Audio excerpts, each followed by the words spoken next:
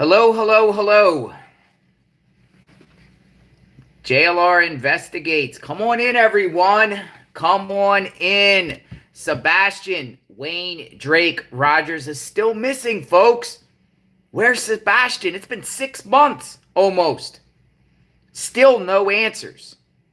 Sebastian vanished around February 26, 2024. You know, in comparison to this case with the Madeline Soto case, see the difference between these two cases? Madeline Soto and Sebastian vanished around the same time. And with the Madeline Soto case, you already got an arrest. You already got somebody going through the entire process, someone sitting in jail, had court, possibly going to trial in the future, facing the death penalty, but they're already rocking and rolling on that case. But with this particular case, we're still at a standstill. Or are we not at a standstill?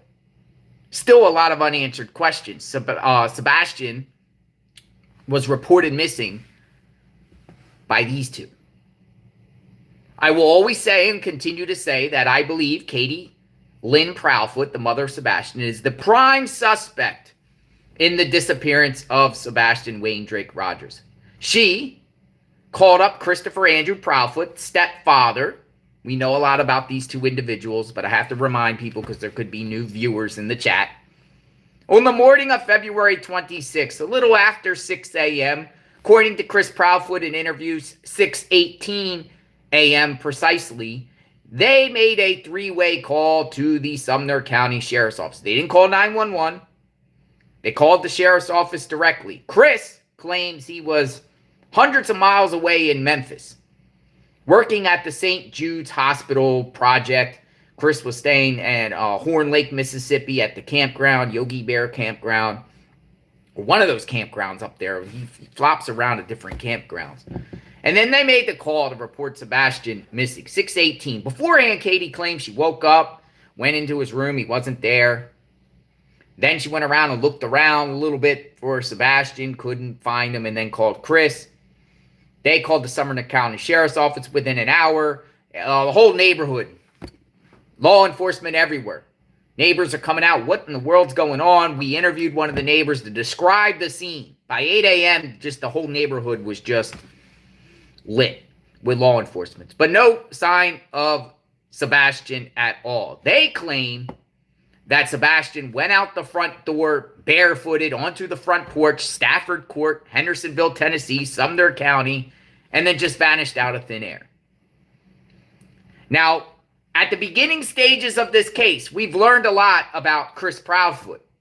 Nina, his ex-wife, came out and gave an exclusive interview with Trev Time. We shared that interview on JLR Investigates. It was good. It provides a lot of insight. Chris, speaking on different podcasts. There was a big blow up on Web Sleuths. Remember the Web Sleuths? Where, I don't know how it happened, but Chris was on a conversation with Seth Rogers. And they were talking. And they started yelling and screaming. Then there were some, around the time, there was also some vigils. And there were some private eyes involved that got off the case. And new PIs. But still no answers. Still no answers. Now, I want to share that he spoke last night to Vinnie Politan. I don't know if you guys actually heard the interview. We have the interview. I think we're going to review the interview on JLR Investigates because Seth shares some things out of his own mouth. One, according to Seth, he hasn't been cleared. 6 months into this, he still has not been cleared. So it's safe to say, is Seth Rogers a suspect? And when he says he hasn't been cleared, makes me wonder. Now, this is all what out of Seth's mouth. Do we believe Seth? Makes me wonder if this is actually a criminal investigation. Because if you're not cleared, then what does that mean? Because authorities in Sumner County have not shared any information about it being a criminal investigation as validation. Criminal investigation. Is it a criminal investigation or not? And why is Seth saying that he hasn't been cleared? Does anyone out there feel that Seth Rogers is involved in this case in any way? I'm not so sure.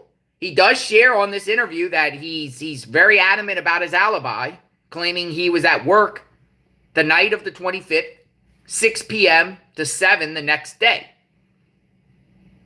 He also wants to know why his electronic devices were seized. And he's also saying he's offering the Sumner County Sheriff's Office his bank records. He wants his bank records. He wants them to review his bank records. That's what he says to Vinnie Politan. Vinnie was a little bit shocked in this interview, folks, when they said, and some people are saying that Vinnie abruptly ended the interview after Seth revealed that he hasn't been cleared. Is he a suspect or is he not? Do you think he's involved or not? My personal belief, and I've always said this on JLR Investigates, I personally don't know. But if you could ask me, and my opinion, I do not think Seth Rogers did anything to Sebastian that night, the 25th or the 26th. I do not believe. I don't think he organized someone at the jail, an inmate, or conspired with any family members or conspired with anyone to snatch up Sebastian. I do not believe. I believe that Cathy Proudfoot is the key to this mystery. However, I've always said, none of the parents, none of them, including Seth, did Sebastian right. Sebastian was failed by Cathy. Sebastian was failed by Chris. Sebastian was failed by Seth. I stay true to my convictions in that. And I believe whatever happened to Sebastian, whether he wandered off, whether he was kidnapped, whether foul play is involved, or some sort of bad actors or bad actresses, they all contributed to this. And there's a reason Seth is saying that law enforcement is not speaking to him. Well, read the court documents. Cathy Proudfoot has said in court documents serious allegations against Seth. Now, do you think law enforcement would want to be aligned with that? I don't think so, ladies and gentlemen. And it's interesting they spoke, him and Tony Mathis, the spokesperson, the crane guy from Oklahoma. It's interesting they spoke right after the sheriff died in Sumner County, which I thought timing. We always talk about motive and timing on JLR Investigates. We always talk about when people feel like there's opportunities to speak for certain things. I wonder what this interview was about and what it seems like. Also, it's kind of like Tony Mathis and Seth were kind of pushing Vinnie to try to push to get Seth cleared, kind of using court TV to get Seth cleared so police could publicly clear. Because the way they said it in this interview, and I'm giving you excerpt, I'm telling you the few things that happened before we listened to the interview. It seems like the way they're saying it is, until Seth is cleared, they can't do anything until they say Seth is cleared. Then they can get all the resources. I wonder why. It just makes me go, It really does.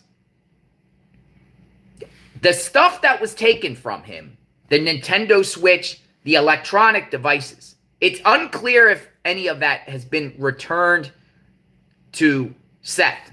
He says they were taken, but I didn't hear anything about them being returned. And one thing is, in these interviews that all of them give, I feel like all of them are omitting information. I feel like all of them are not telling us the full story here. The backstory. When Seth talks, and you're about to listen to Seth, he just seems like he's very, Tony's there because Tony, apparently, it's no secret when Tony and Seth are on TV, Tony has some sort of signal he sends to Seth if a question is asked to kind of safety net him, to kind of get him out of a situation. They're sending hand signals. That's no secret, right? But it seems like he's very vague, says the bare minimum.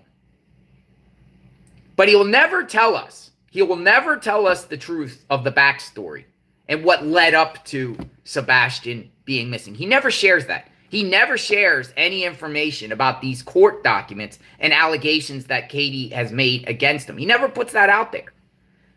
And I'm always a proponent of openness and transparency, right?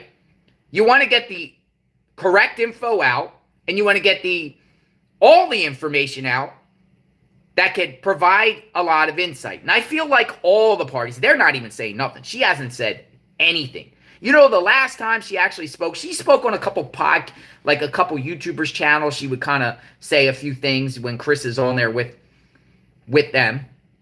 But the only thing that the last time she actually spoke was the Reels, right? It was the Reels interview.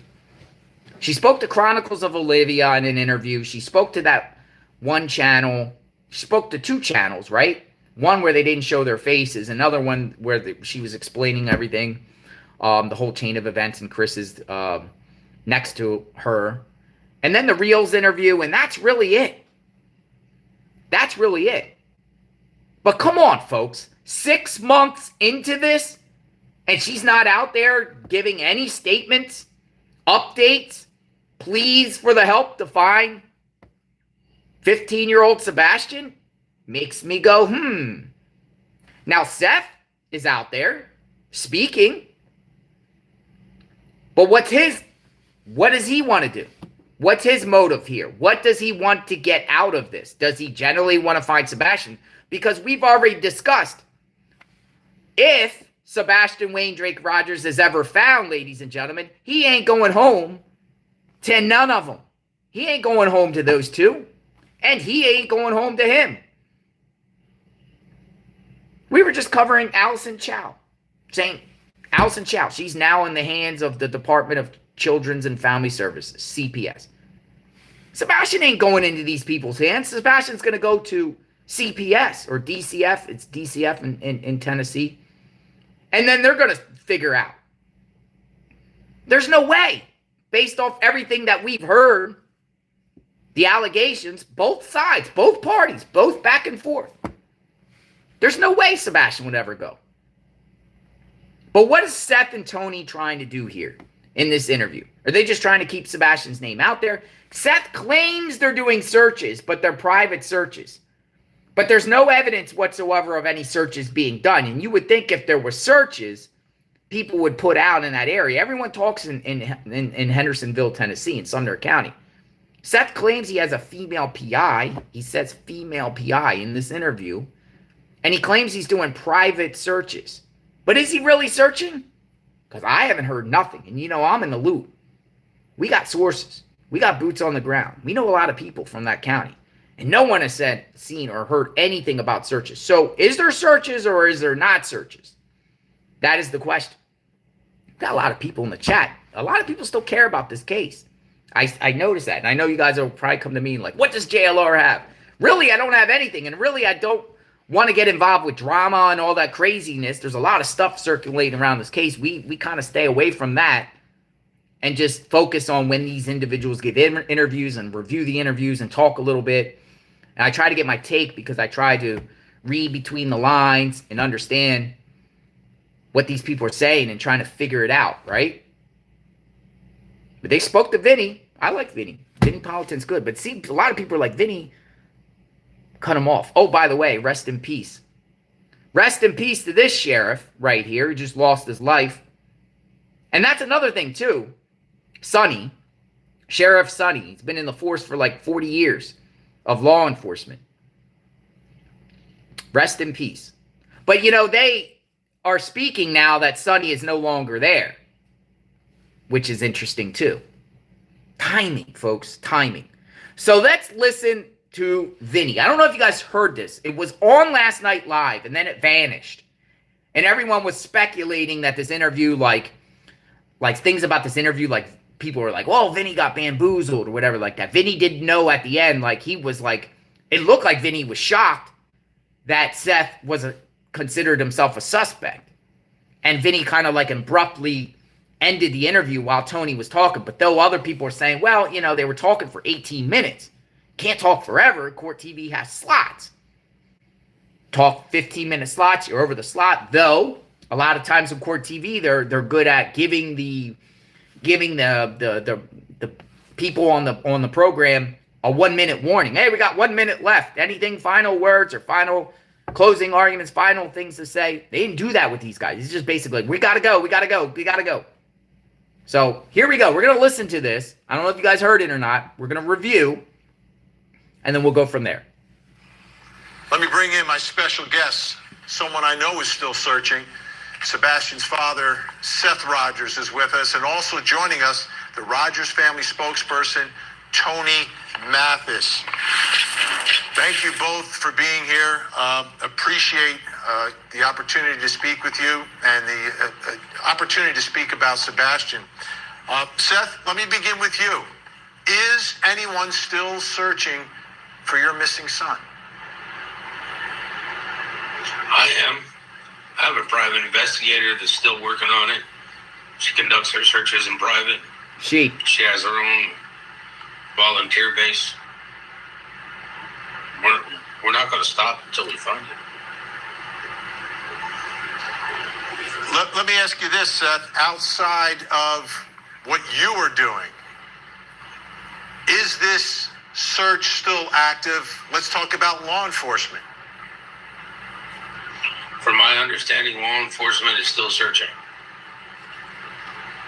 Very vague. They're doing it privately as well. Privately? They're just checking in on tips when they come in. How do you know this? If we get tips, we pass them on to them. Same time we get them. And how is that part going with tips?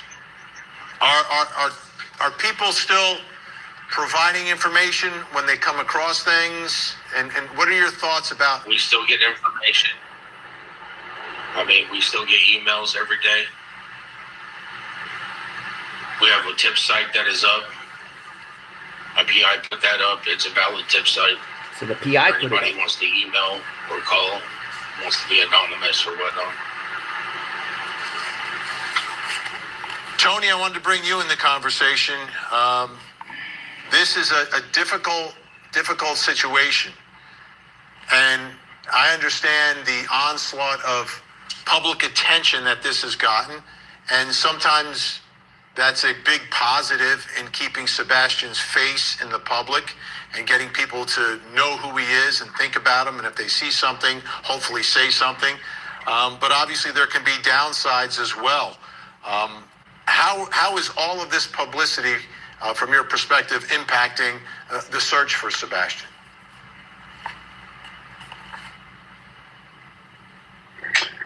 Well, we don't really believe that any of the media attention, social media attention, any of that is really going to impact what law enforcement's doing one way or another. It does impact the father, that I represent, Seth. We thank all the creators out there that continue to keep Sebastian's name out and do it in a positive way. Our message to most of the media attention, more social media than mainstream, is that, we ask that you cover the case in a positive way. If you choose not to do that and back away, that's okay too. But any positive support that we can get for Seth while he's looking for his son is a big deal for us.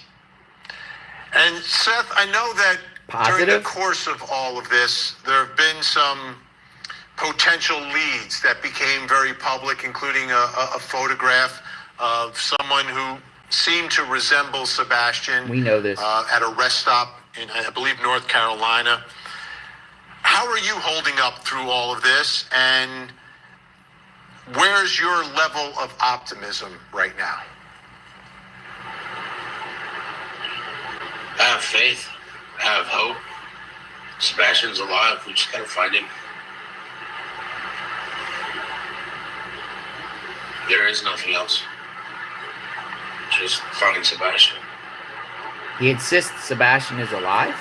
Tony, I wanted to get you in on this as well, in terms of as a family spokesperson,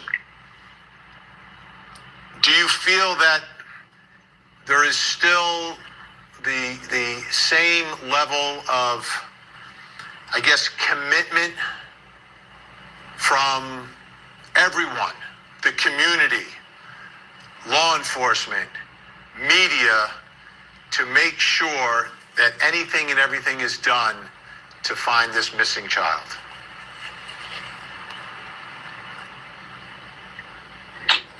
Well, Vinny, I think that it's our job to keep his name out there in the community. All of our job on Seth's team, and of course I represent just Seth. It's all of our jobs on his team to keep the community engaged. We continue to have events, have vigils, have gatherings, keep his name out there. Here comes his trademark. The media, mainstream media, such as yourself and many others, have been very good and very helpful.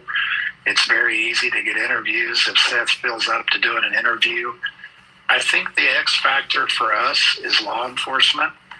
I think that the communication, it's been a bit lacking, at least as far as Seth and I are concerned. We don't really know what it is they're doing. We have faith. We heavily back the blue. Of course, Seth is in law enforcement. I live in Oklahoma. We strongly back the blue in my community.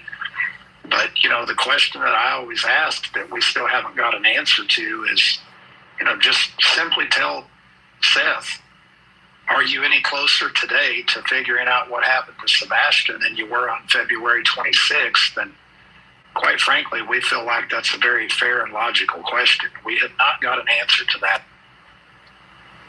He says that all the time. He asks that same question. Absolutely excruciating.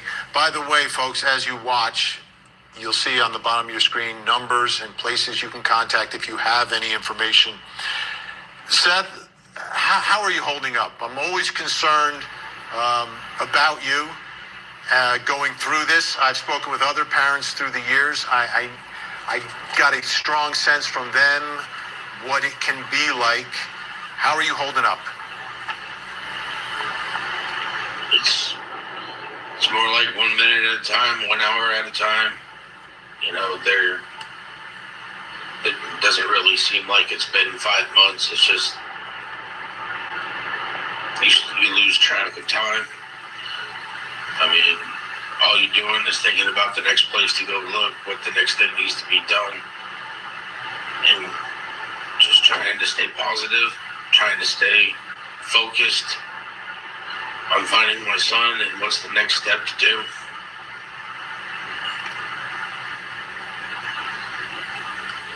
What's been the biggest frustration for you so far in the search? Not getting much in terms of information-wise. The last thing that I was really informed of by the sheriff's office is they don't have anything stating that he left the house. And that's pretty much, that's it.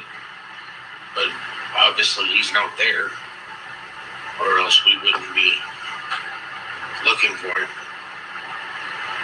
What does that mean? There's no sightings. There's nothing. It just won't move. Things just don't make sense. A lot of things don't make sense. First of all, we're talking about a male child that left his house with nothing. A teenager that left the house with nothing. How do you know that? No phone, no switch, possibly no shoes, no backpack. Completely unprepared. That's no money. It's not how he leaves the house to go somewhere with me. I don't expect him to leave anywhere without his phone and way of communication in case something happens. Weird statement. It's just too much doesn't make sense. That's a weird statement. It doesn't. Seth Rogers, Tony Mathis, stand by, stay with us. When we come back. Hold on, I want to time out. We're gonna review that first half segment there. Things didn't make real. Tony's saying talk about this case in a positive. There's nothing positive about this case. What are you going to say positive about a 15-year-old boy missing with autism? There's nothing positive about this. There's a dire need to get answers. There's an urgency. And you got to put your feelings aside and get the truth out there. And we don't have the truth. And why is Seth saying that he's convinced that Sebastian left the house? Is he buying Katie's and Chris's story? What we thought and what I thought, I don't know if some of you think this, but according to the neighbors, there's zero evidence Sebastian even returned from the Texas Roadhouse that night. The 25th into the 26th, I still haven't seen anything or hear anything. And neighbors haven't seen anything either that I know of. But he's saying that Sebastian left the house without a switch, without his phone, possibly without his shoes. It's just weird. So Seth is buying that story that Chris and Katie say? Or is there stuff he knows that he don't want us to know, or he's just not saying it? Again, omitting information. I think all of them has omitted things. If you want the public's help, I feel like you have to be open and transparent. Without that, what does that tell you? What does that tell you? And as you said, no communication with law enforcement. Why? A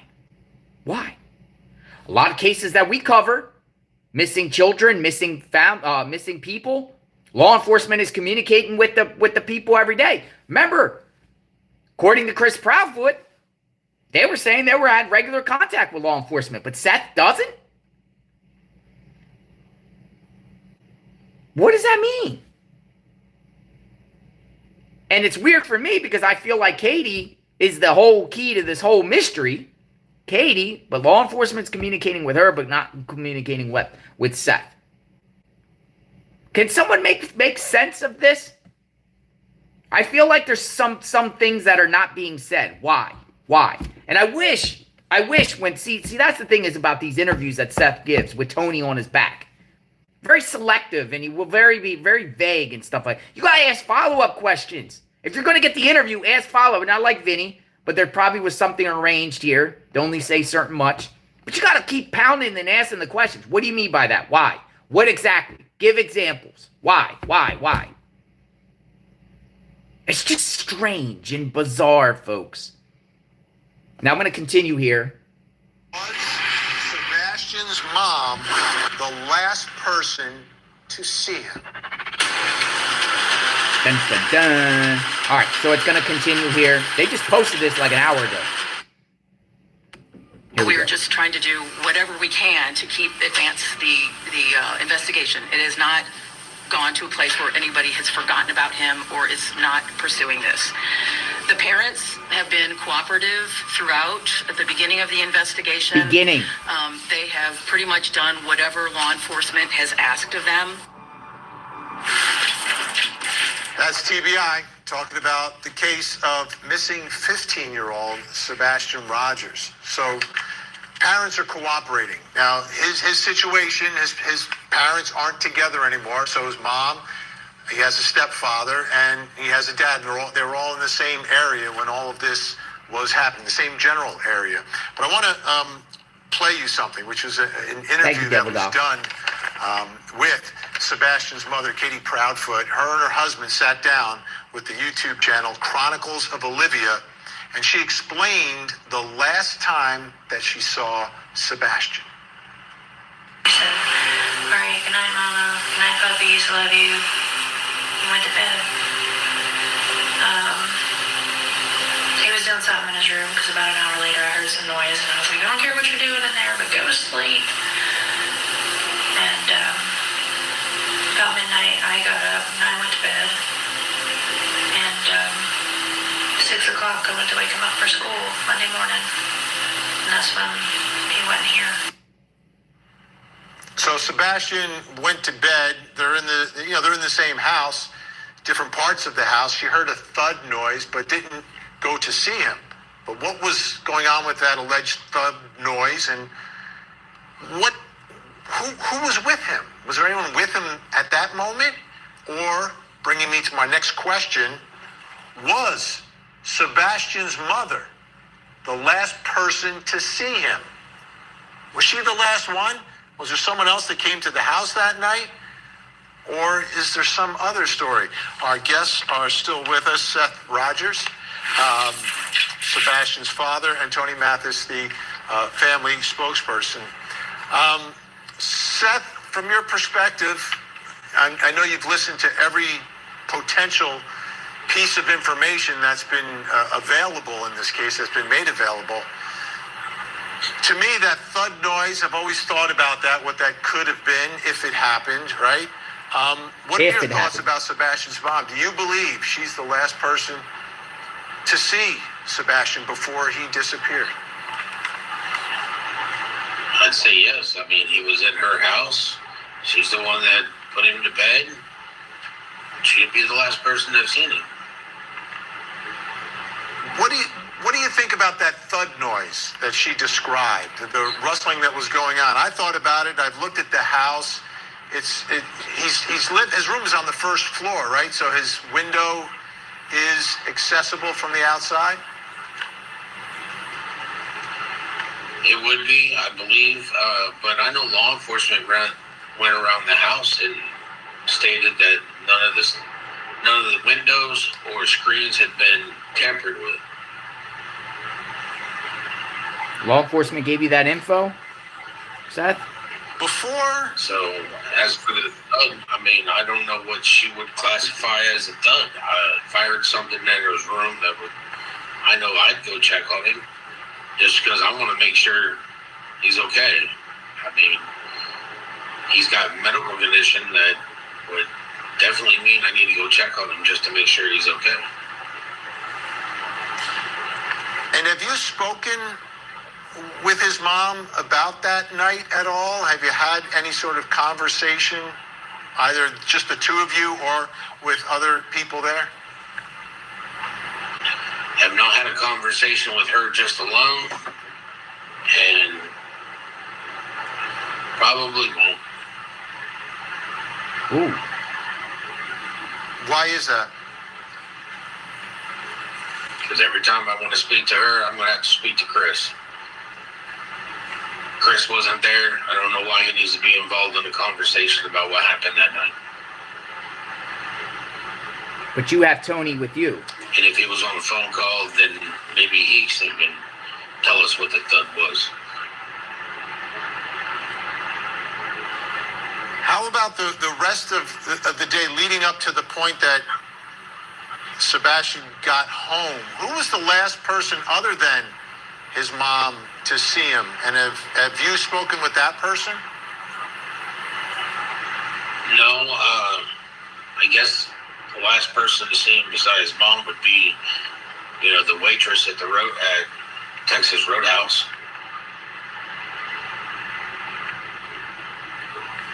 And Tony, as we try to track and figure out who interacted with Sebastian, where he could have gone, how this could have happened.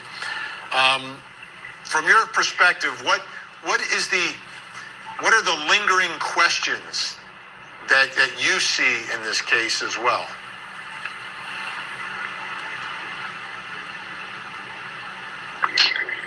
Well, if you're talking about that situation specifically, Vinnie, I mean, clearly she was the last person that was seen with him. There has been no evidence that he ever left the house on his own. So in my mind, what would be the opposite of him leaving the house on his own? It would be leaving the house with somebody.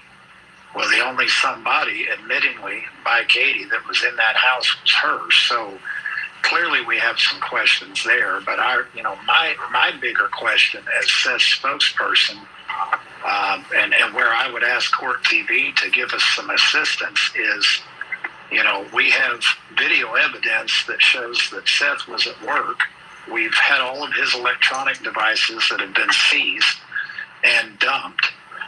We'd like to know why Seth still hasn't been cleared, or what they might need from Seth and or myself to get him cleared.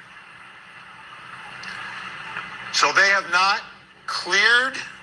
I didn't realize that. I just didn't realize that was the situation. So not at all. So my guess is if they haven't cleared him, that may explain some of the lack of communication that is going back and forth in this case. Good possibility. But what more do you want from me? I was at work. I was video camera from 6 p.m. till after 7 a.m. the next morning. You know, my son should be with me right now. He should be in this house, and I should not be looking for him. Tell me where I don't gain anything from this. This is not funny. You know, the fact is I'm looking for my son. He's not here. Y'all took my electronics. What more do you want? I mean, do they need my bank records? I mean, you can have them. I mean, I don't understand what I have to do to get cleared. We're willing to do anything to get it cleared, Vinnie. Go ahead, Tony. There are reasons.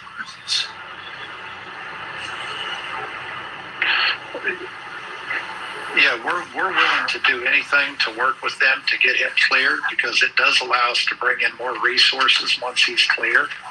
And you know, if the video evidence, the phone data, and whatever else they may need isn't enough, then we'd simply like us to tell them, you know, why is it that he hasn't been cleared? He did a polygraph test with a well-known FBI polygrapher that Nancy Grace set up, and he passed that with flying colors. So, you know, we're out of time, unfortunately.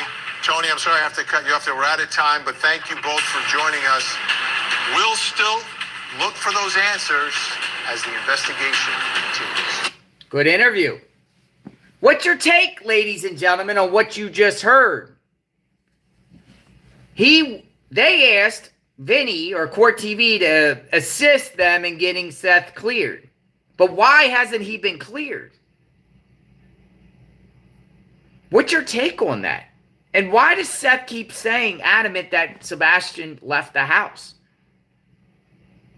Because I haven't seen any proof of that, unless he knows something we don't know.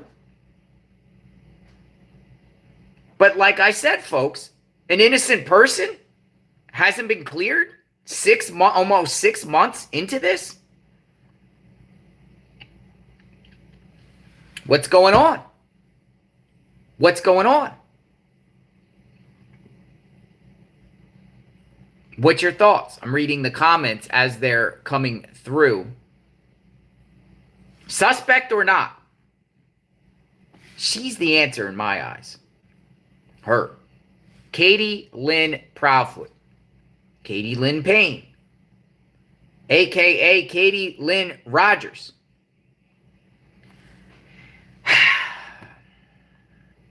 Seth said that Sebastian should be home with him. Do you agree with that? Do you agree with that? Do you agree? What will happen if Sebastian was found? This case is crazy. It is an absolute circus. But people are like commenting and saying that, you know, Vinnie cut him off after they started. Vinnie realized that Seth wasn't cleared, because on the court TV, they were actually giving a tip line number at the bottom. A tip line number. And some people were saying it was their personal PI's tip line. So does court TV, people are commenting, and the people were commenting that court TV giving their tip line, not the law enforcement tip line, but theirs, at the same time Seth publicly saying, and Tony, that he hasn't been cleared, is like, whoa, maybe court TV was like, uh-oh. Now there's some people in the chat saying, clear Seth now. A lot of people out there do feel like Seth is innocent. Do you? Guilty or innocent? I shared my opinion. About the situation. What is your opinion? What is your opinion? It just gets more and more bizarre. And still we're at... Oh, and I just want to touch on Tony Mathis. Tony Mathis, law enforcement is not legally obligated to give him any information. And due to the fact that Tony Mathis has created an uproar months ago, putting out false information. I say purposely false information by saying sightings of Sebastian on the 26th, on the 25th. Katie's mom was communicating with Sebastian and things like that, which created an uproar and had law enforcement, Sumner County Sheriffs, to put out statements, which Nick Barris reported on. Why would law enforcement give Tony Mathis any information? He's a guy in Oklahoma. He's just a regular guy that does cranes. Just wanted to throw that out there. Vinny's good. I like that interview. But bring the interviews. Let's hear more. I want to hear more. I want to hear hear the insight of what's going on, of what they're putting out. Whether you believe it or not, this is what they are putting out. They're putting out this. And all we can do is just review it, analyze it, and come up with our own theories and speculations until this young boy is found. Is he dead or alive? Now, folks, we are in August. I know in a few more months, it's going to start getting colder. Fall starts coming. What happens with fall? Leaves start going down. Some people speculate in the fall and winter might be an opportunity for law enforcement to do an additional sweep through the area. They did that with the Summer Wells case. When all those leaves and everything go down, they can kind of see everything because the trees out there are just crazy in that area. I mean, it's deep forest-like area. Did Sebastian wander off? Without a phone? Without shoes? I can't see, unless you're running from an imminent danger, I can't see how anyone would just run out their house barefooted. That's like running out if there's a fire or you're about to get shot or something bad's about to happen. Yeah, you're going to run without naked or without clothes or without shoes, yeah. But just to say, hey, I'm just going to go for a walk in the middle of the night when it's cold, barefooted, makes no sense to me. Something is not jiving on this case. But I wanted to share that information. I appreciate a lot of people in the chat. A lot of people still care about this case. We kind of just took a back seat and kind of just analyzing it from afar. A lot of drama in this case. Last month or two, we just stay out of that nonsense and just try to stick to what's out there and what they put out and things that they say. And we'll continue to do that. We don't, if they give another interview, we'll come back live and do another one. If Proudfoot speak, we'll come out and do another one. We'll continue to go based off, the information that they put out. Law enforcement puts out something, updates. We'll put the information out. But then we're just on standby. So if you've seen this boy or know any information that can help law enforcement, 1-800-TBI. TBI is involved with this case still. Sumner County Sheriff's. I don't know who the acting sheriff is now. And now that there is a new sheriff in town, because the other one lost his life, will they do as a fresh set of eyes? Will that make a difference on this case and solving this case? One of the biggest mysteries in Sumner County history. We still don't know answers. I am JLR Investigates. I appreciate you watching this segment. Sub to the channel, like, hit the notification button. We cover true crime 24/7, 365. Keep those green hearts coming. Justice for Sebastian. We are Sebastian's army. I'm here for Sebastian. I'm here for Sebastian. You guys have a nice day. See you later. Thanks for talking to me. See you again.